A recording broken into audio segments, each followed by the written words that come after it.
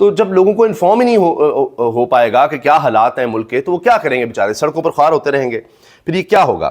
لاہور سے اسلام آباد M2 کے تمام داخلی راستے بند کر دیے ہیں، موٹر وے بھی بند ہے، ملتان سے جو آ رہی ہے وہ بھی بند ہے، آگے جانے والی بھی بند ہے، ہر طرف سے اب راستے بند ہی بند ہیں۔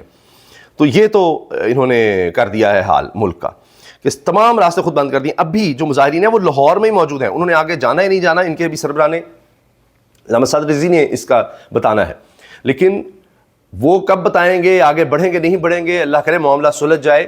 لیکن اس سے پہلے ہی اسلام آباد جانے والے سارے راستے موٹر وے تک بند ہیں، اور اس کے ساتھ ساتھ آپ یہ دیکھیں کہ دونوں شہر بند ہو گئے ہیں، داخلی خارجی راستے بند ہو گئے ہیں، وہ شہری خوار ہو رہے ہیں، لوگ مظاہرین ابھی لاہور میں ہی ہیں، یہاں سے نکلے ہی نہیں۔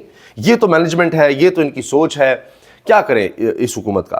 سرینا چوک کو بھی کنٹینرز لگا کر بند کر دیا گیا ہے، یہ آپ مناظر دیکھیے ہر جگہ، یہ اتنی ویڈیوز ہیں ان کی بھرمار ہے کہ کس طرح سے سب جگہوں کو بند کر دیا گیا ہے۔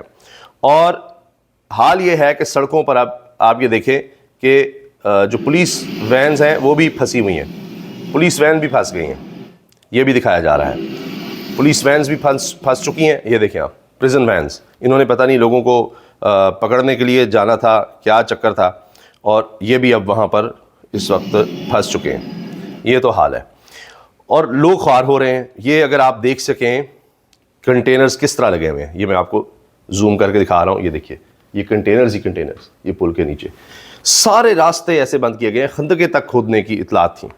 یہ حال ہو گیا ہے، اور تمام جتنی روڈز اسلام آباد کی طرف جا رہی ہیں ان کو بھی آپ دیکھیں یہ بند کیا گیا ہے کنٹینرز لگا کر۔ یہ دیکھیں کنٹینرز، لوگ پریشان ہیں کہ یہ کیا ہو رہا ہے۔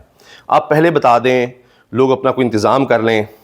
یہ رات کو ہی راولپنڈی اسلام آباد کا راستہ یہ کاٹ دیا گیا تھا، یہ دیکھیں، یہ دیکھیں، یہ راولپنڈی اور اسلام آباد کے درمیانی راستہ جو ہے اس کو یہ رات کو ہی بند کر دیا گیا تھا۔ یہ نادر بلوچ صحافی ہیں، یہ رپورٹ کر رہے ہیں۔ اور پھر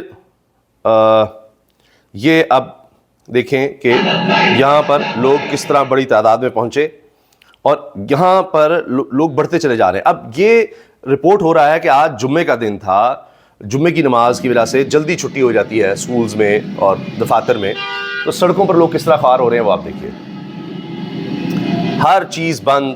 یہ اب صورتحال بنا دی گئی ہے۔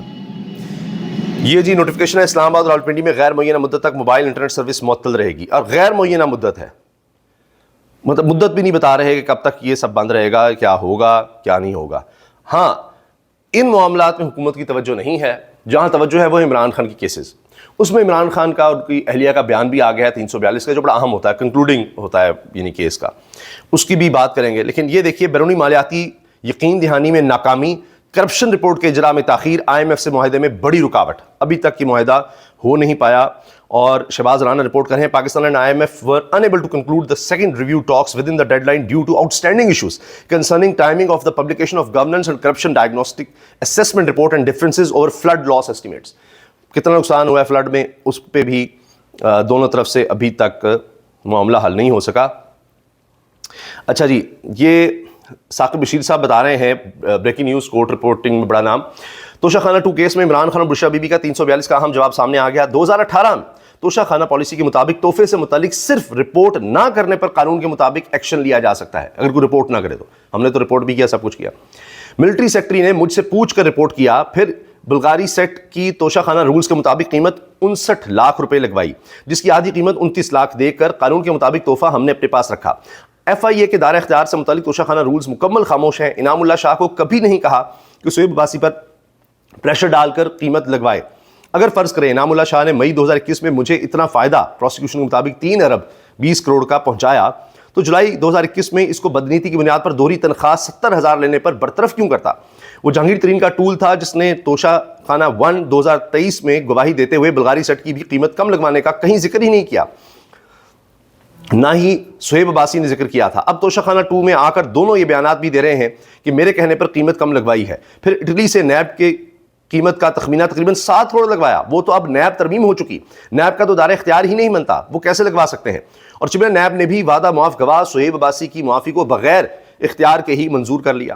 ابھی تک 300 کے قریب من گھڑت کیسز بنائے جا چکے ہیں، مجھے اور میری بیوی کو سیاسی انتقام کا نشانہ بنایا جا رہا ہے۔ یہ ہے جی عمران خان کا جواب۔ تو دیکھتے ہیں ابھی پنڈی اسلام آباد سے کیا اپڈیٹ آتی ہیں، لیکن آنے والے دنوں میں کافی زیادہ حالات ہمیں خراب نظر آ رہے ہیں دارالحکومت میں۔